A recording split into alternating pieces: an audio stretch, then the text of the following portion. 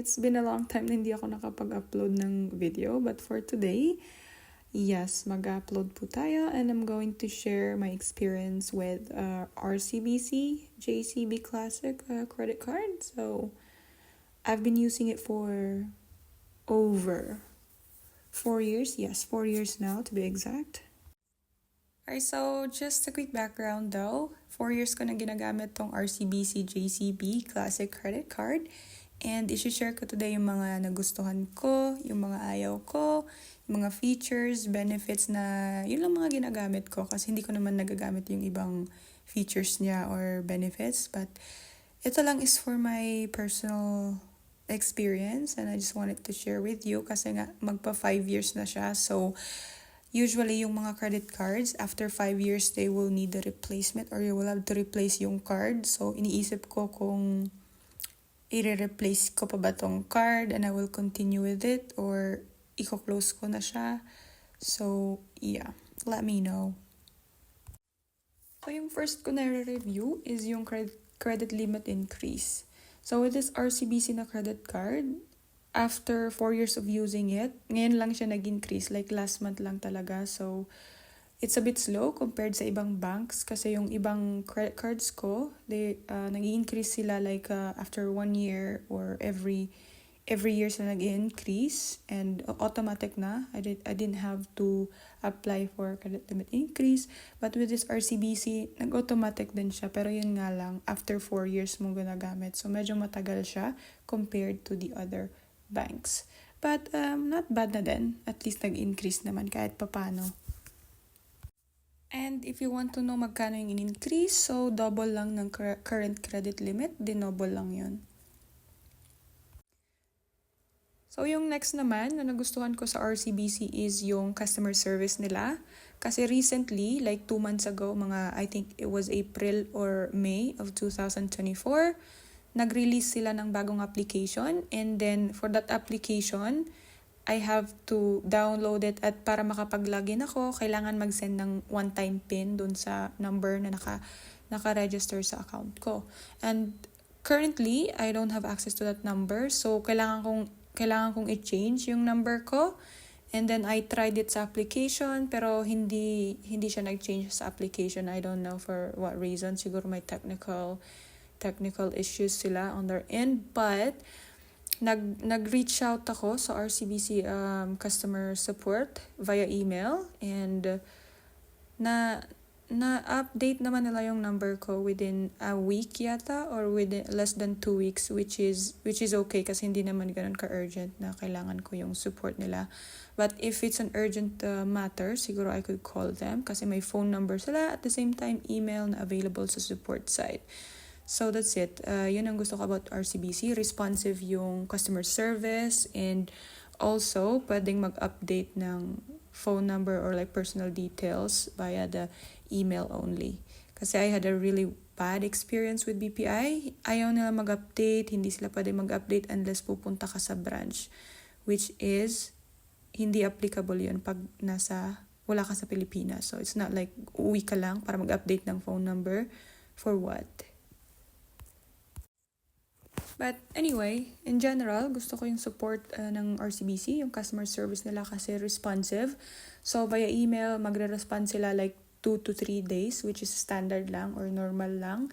But 2 years ago, I had a case or issue na kailangan kong i-address right away and tumawag ako sa hotline nila and then it was also addressed right away. So yung customer service is one of the most important thing na hinahanap ko sa isang bank kasi nga pera yan, and if something happens, of course, you want someone to talk to about it. Hindi yung, mag-reach out ka tapos after 1 year ka pa makaka-receive ng replies or maybe after few months. So, medyo hindi ko trip yung ganon. So, yeah, I would highly recommend the RCBC in this case pag gusto niyo mga customer support and responsive na customer service. And then next is yung application nila. So, I hardly log in sa application. Minsan lang ako nagla-login doon. Pag chine-check ko yung statement ko, although sinisend naman siya sa email ko monthly, but minsan nag-check ako ng mga purchases kung meron bang mga unauthorized or something na hindi ko nare-recognize na purchase, then chinecheck ko siya from time to time. Gusto ko lang mag-log in. And so far, yung interface ng application na is very friendly. Easy lang siya to use. Like, pag chinecheck mo, maintindihan mo kagad. Tapos meron pa silang spend analyzer. So yun, parang nagka-categorize siya ng mga spending or yung mga purchases mo. But yes, overall, gustong-gusto ko yung application nila. It's easy to use and color blue. So in terms of usage naman, yung mga JCB branded cards, as advertised, they are accepted worldwide. So if mapapansin nyo, pupunta kayo ng malls, yung mga shops doon, nag-a-accept na rin ng JCB, pero hindi lahat ng merchants nag-a-accept nito. So mas prefer pa din nila yung MasterCard or Visa. Same with, pag nagta-travel kayo like overseas, ang napansin ko, pag sa Asian na countries, may mga iilang merchants din na nag-a-accept ng JCB, pero hindi siya ganun ka daming merchants. So, mas maganda pa din pag nagta-travel kayo, you have like a MasterCard or Visa with you as an option. Kasi yung JCB, napansin ko sa mga malalaking shops lang siya or yung mga shops na medyo sikat-sikat. But yeah, the rest, they still accept MasterCard or Visa daw. And also, pag nasa Europe din, for example, magta-travel kayo ng Europe, konting shops or merchant lang talaga yung nag-accept ng mga JCB branded na cards. Mas prefer pa din yung MasterCard or Visa. So, meron din silang ibang mga payment or brands. But yeah, accepted siya worldwide, pero konti lang yung gumagamit na merchants ng JCB. So, next naman is yung annual fee waiver. So, nung nag-sign up ako ng card na to, wala siyang annual fee for life. Yun yung sabi ng rep. Pero, nung mga after 2 years, kasi yung 1 year free siya. After another year, na-charge na ako, I think, 1,550 for the annual fee. So, nag-reach out ako sa support. Sabi ko, magpapa-waive ako kasi yung agreement naman in the first place is wala siyang annual fee for life. Pero yung sabi ng rep, sabi niya there's no such thing. So, if in case I wanted to waive yung annual fee, meron akong gagawin. Like, for example, magpa-purchase ako ng specific amount. Nakalimutan ko na kung magkano yun. Basta may, in 2 months, kailangan ko mag-purchase ng kahit ano, sa halagang blah, blah, blah. But yeah, it depends kung ano yung mga criteria nila during that time na magpapa-waive ka. But it's possible. Alright, and then next, isa sa mga pinaka-unique na benefit or features ng RCBC is yung installment. So, sa lahat ng purchase mo, pwede mo siyang gawing installment and minimum of 3 months. So, yung 3 months, wala siyang interest rate at all, pero babayaran mo lang is yung processing fee. So, yung processing fee, depende sa amount na i-installment mo. So, nag-try ako, pag yung amount is 10,000 plus, yung processing fee niya is nasa 200 pesos. Pero yung mga less than 1,000, like 700 or mga 1,000, 2,000, yung processing fee niya is 100 pesos. So, apart from that, may mga options din siya like 9 months, 18 months, up to 36 months. So, yung mga yon may mga interest na siya, pero super minimal lang, like 1%. Yung interest. So, it's a good option na din if you want na i-installment yung mga big purchases nyo. At least may option rin naman. So, yung next naman in terms of additional benefit, like every other banks and cards, meron silang in-offer na free travel insurance. So, ito naman, free travel insurance only if you purchase using the card. And then, aside from that, meron ding points. Magigain din kayo ng points for every purchase or for using the credit card. So, yung points na yon pwede nyong i-convert in many ways. For example, shopping vouchers or air miles. Pwede nyo din siyang i-gawing cash deposit pag meron kayong deposit account sa RCBC. And then, pwede nyo din gawin siyang cash credit sa credit card nyo. And then, pwede nyo din siyang i-donate sa mga charitable institution. Pero for this, mariredeem nyo lang siya pag meron na kayong 3,300 points. So, not bad na din. And then, one more, yung lounge access. So, if meron kayong RCBC na card, yung premium, meron kayong free na lounge access sa Terminal 1 and 3. But for this, for classic na JCB, wala siyang free.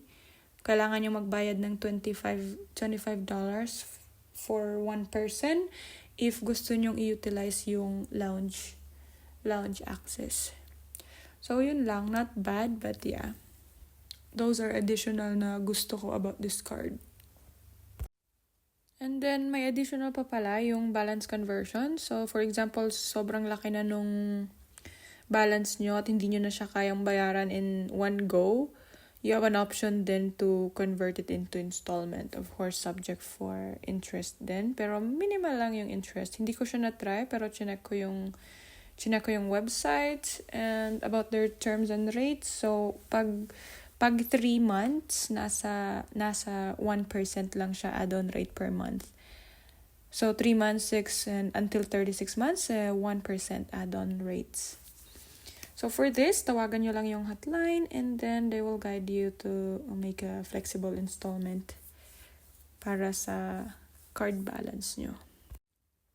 So, in terms naman of security about RCBC or the bank card in general, I've been using it for 4 years and never pa ako nagkaroon ng mga unauthorized charges or mga unrecognized charges.